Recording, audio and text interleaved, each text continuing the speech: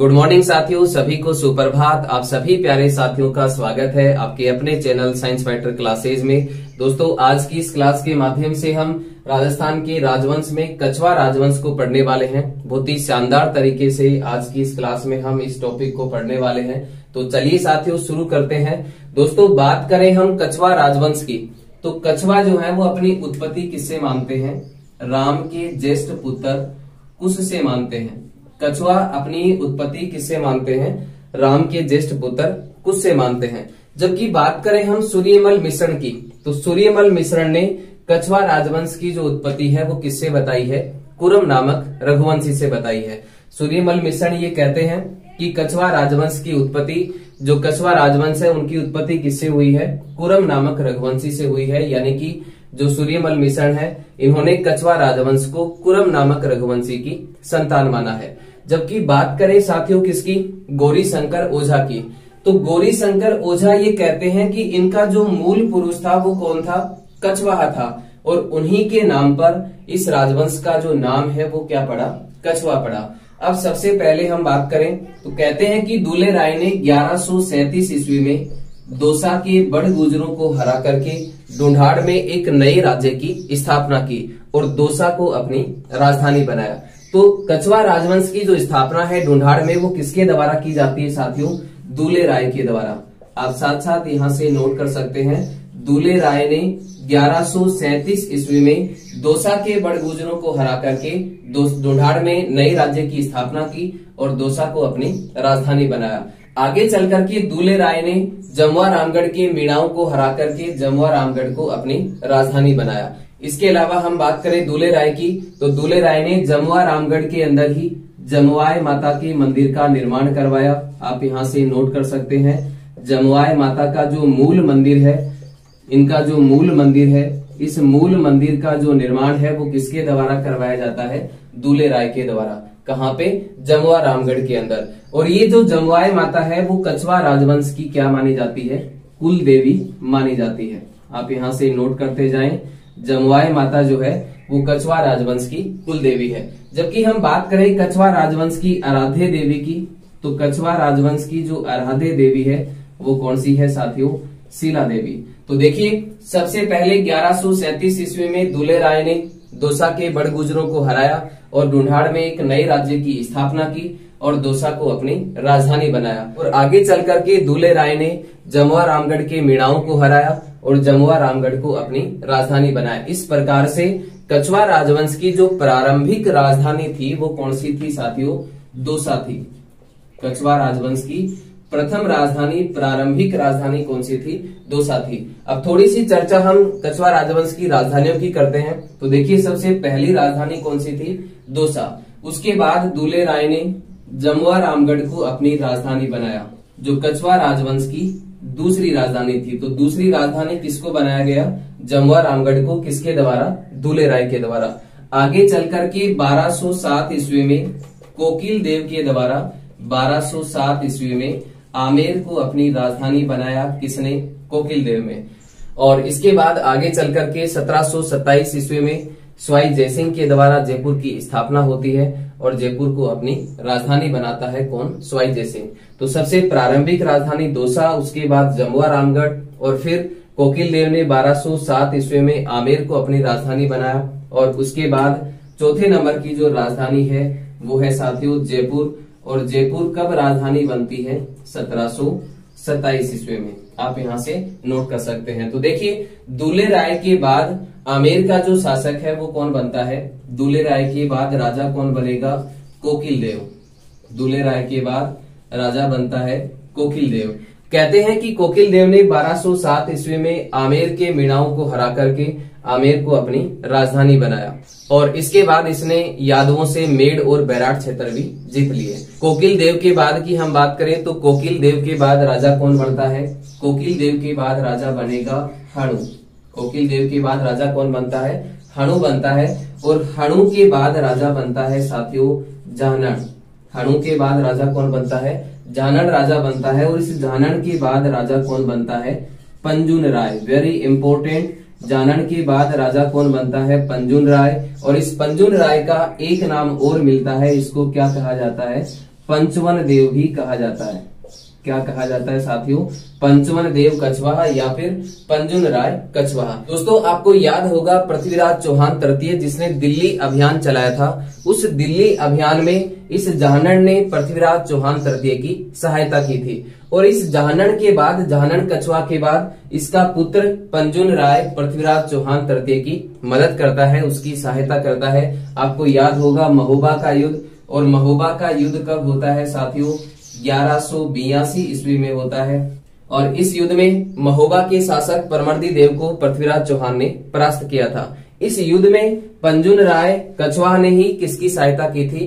पृथ्वीराज चौहान तृतीय की सहायता की थी और इस युद्ध में विजय के बाद पृथ्वीराज चौहान तृतीय ने महोबा का प्रशासक नियुक्त किया, किसको? पंजुन राय कछवाहा को। अब आगे हम बात करें पंजुन राय कछवाहा के बाद शासक कौन बनेगा, तो पंजुन राय कछवाहा के बाद राजा कौन बनता है? चंद्रसेन। पंजुन राय कछवाहा के बाद आमेर का जो शासक है वो कौन बनेगा? चंद्रसेन बनेगा और इस चंद्रसेन के बाद आमेर का राजा बनता है साथियों पृथ्वीराज। कौन बनेगा? पृथ्वीराज। और इस पृथ्वीराज के शासनकाल की हम बात करें तो इसका शासनकाल आप यहां से नोट कर सकते हैं, 1503 से लेकर के 1527 ईस्वी तक आमेर पे शासन करता है। कौन? पृथ्वीराज। दोस्तों ये वही पृथ्वीराज है जिसने खानवा के युद्ध में 1527 ईस्वी में राणा सांगा की सहायता की थी और लड़ते हुए वीरगति को प्राप्त हुआ था। कहते हैं कि पृथ्वीराज के 12 पुत्र थे और पृथ्वीराज ने अपने 12 पुत्रों में आमेर को बांट दिया था, बराबर बांट दिया था। इसी कारण से आमेर को 12 कोटड़ी के नाम से जाना जाता है। दोस्तों पृथ्वीराज के समय बीकानेर के एक शासक हुए हैं राव लूणकरण, और लूणकरण की एक पुत्री थी जिसका नाम क्या था? बालाबाई। लूणकरण की पुत्री का नाम क्या था? बालाबाई। और इस बालाबाई का विवाह होता है किससे? पृथ्वीराज कछवाहा से होता है। कहते हैं कि पृथ्वीराज कछवाहा उस समय के जो कनफटे साधु हुआ करते थे कापालिक संप्रदाय के, उनमें से एक चतुरनाथ जी थे, उनको अपना गुरु बनाया किसने? पृथ्वीराज कछवाहा ने। लेकिन बालाबाई ने अपना गुरु किसे बनाया? कृष्णदास पेहारी को। वेरी इंपॉर्टेंट, बालाबाई ने अपना गुरु किसे बनाया साथियों? कृष्णदास पेहारी को अपना गुरु बनाया।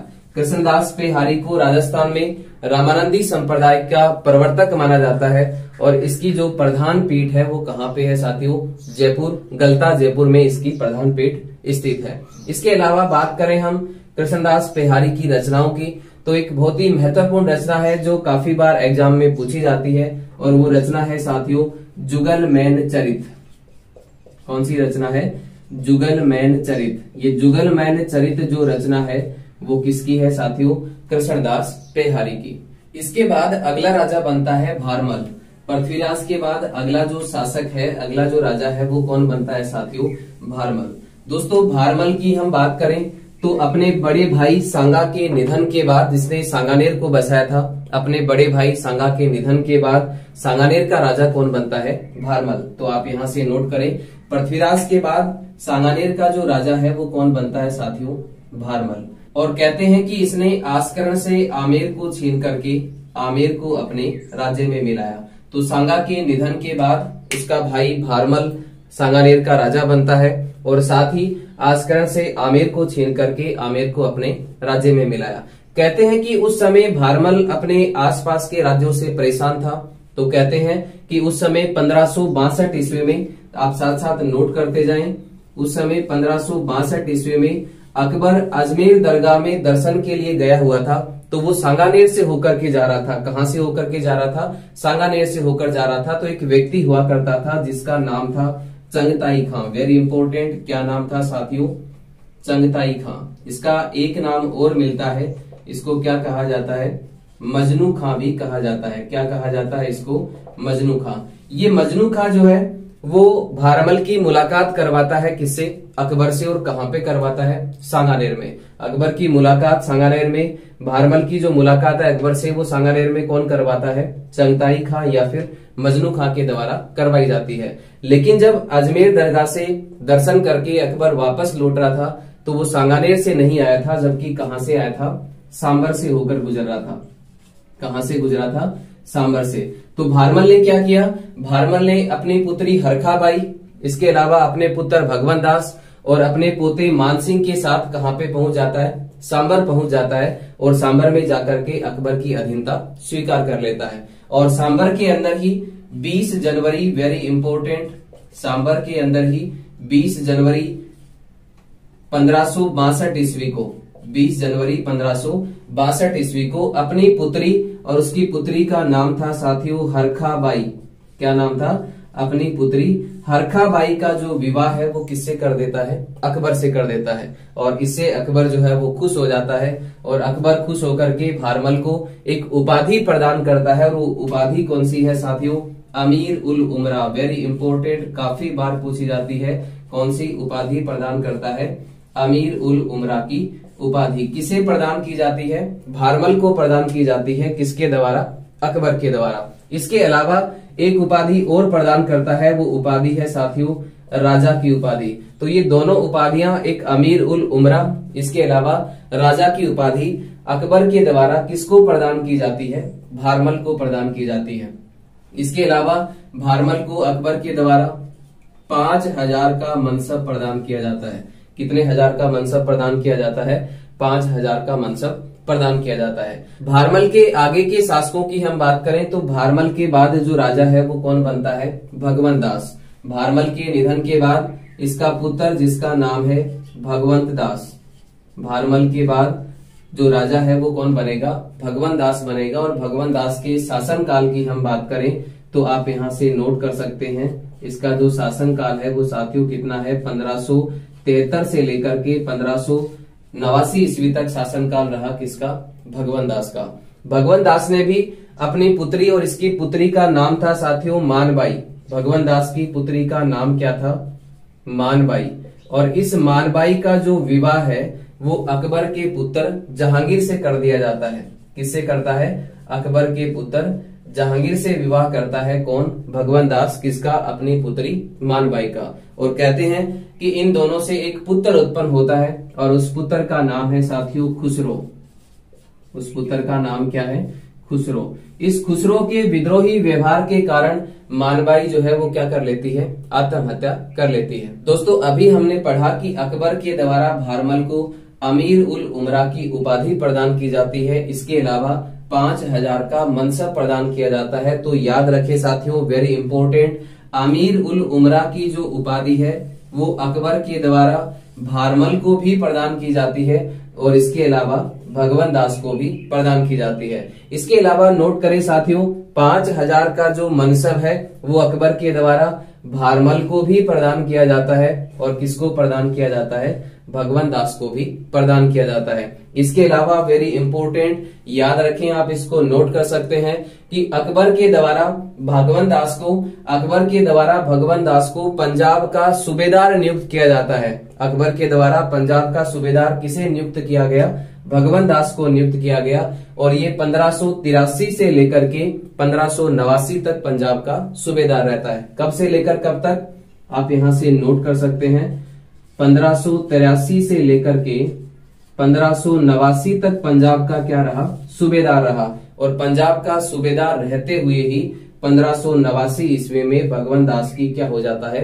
निधन हो जाता है। और इसका निधन कहाँ पे होता है? लाहौर में।